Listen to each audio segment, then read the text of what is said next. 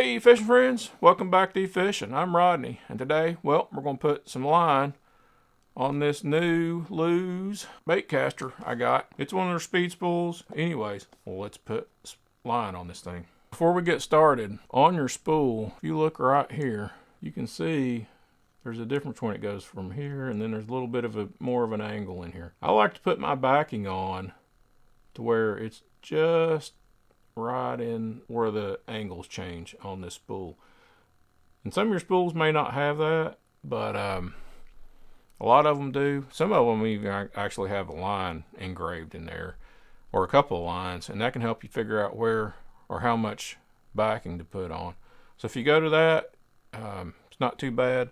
If you always put too much on, the next time you change line, you can always strip some of it off too. So let's put line on this reel. So to do this, what you're going to need, well, you're going to need your reel, right? You're also going to need some electrical tape. And first thing I like to do is use some braid on it. And what I've got here is just an old spool of braid that I had. And there's not enough line on this for me to use it on a spool anymore, so I'm going to use it as backing. So what I'm going to do is going to cut a piece of tape off here. Then I'm just going to take this tape here and I'm going to cut it in two. Kind of like this right here. Now what I did, if y'all can see this, I put that tape right here on the spool. Now what that does is it gives that braided line a little bit of backing on it. So let's see what we're going to do here. So I've got my spooling station here, and this is the Berkley Spooling Station. If y'all want to pick one of these up, I'll leave a link down there in the comments, and y'all go get one of these, because when y'all shop at Amazon and use the link, it helps support the channel. What I'm going to do is I'm going to take this braided line. I'm just going to put it on this spooling station. Just put a little bit of tension on it. Then I'm just going to take my spool or my reel, I'll lay it on here and tighten it up. That way it's kind of like it's on a fishing rod. Then I'm going to take this line here. So what I'm going to do with this, so I'm just going to tie a little figure 8 knot here in the end of it.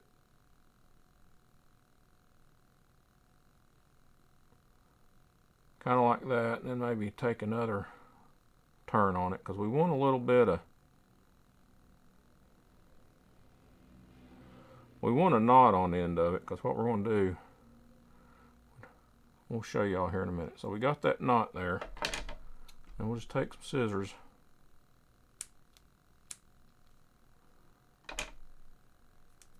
cut that off. So we just got a knot, kind of like that right there. And then we're going to pass our knot through the front of our reel. Alright. Or we got it in there like that. And what I like to do is I like to take your line, stick it down in one of those holes, and then rotate my handle a little bit so that I get that kind of like that right there. And I've got it around my spool, and I've got it through the eye of the reel. Now, to do this, to attach your braided line to your spool, I like to use what's called an Arbor Knot. So what you do, you take your tag in here and you go over your line, okay? Form a loop like that right there, okay? And then take that loop or your tag in and just make an overhand knot in that. Kind of like that right there. And then tighten this up.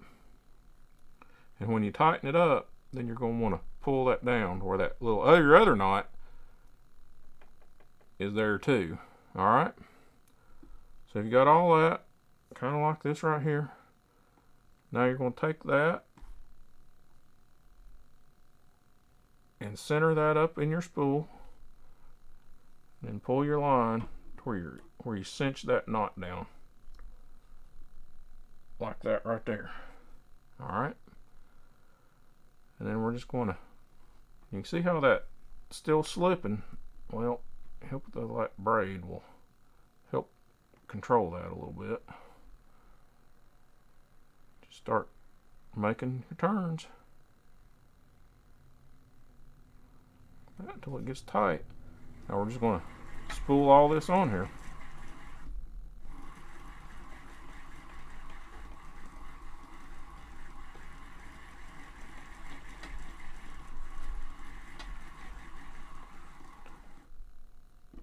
Now, if you don't think this is tight enough, one thing you can do with this spooling station is you can take your line, you pull it over a little bit,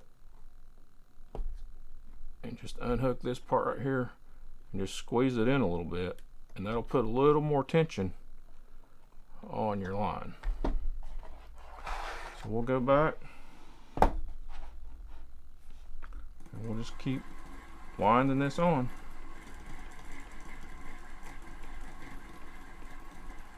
That's going on there pretty nice.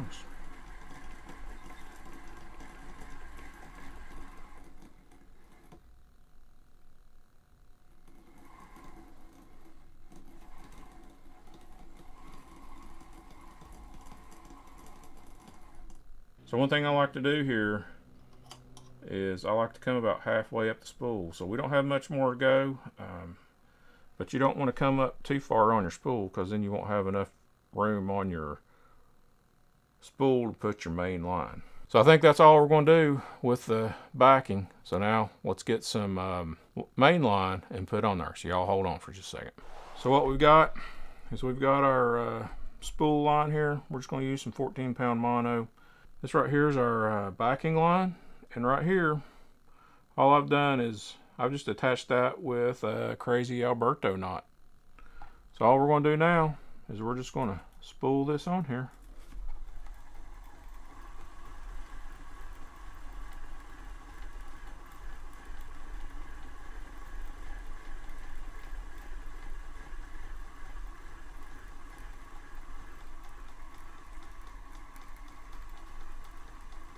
Alright, you can see we've got our line spooled up here.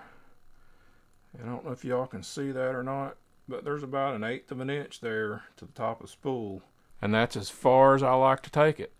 So here we go. We've got our new line on our new reel, and that's the way I like to spool them. I like to put a backing on. That braid, I think, will last a lot longer than using just like a mono or fluorocarbon backing. But if that's what you got, use it. I had this braid, and that's what I'm going to use.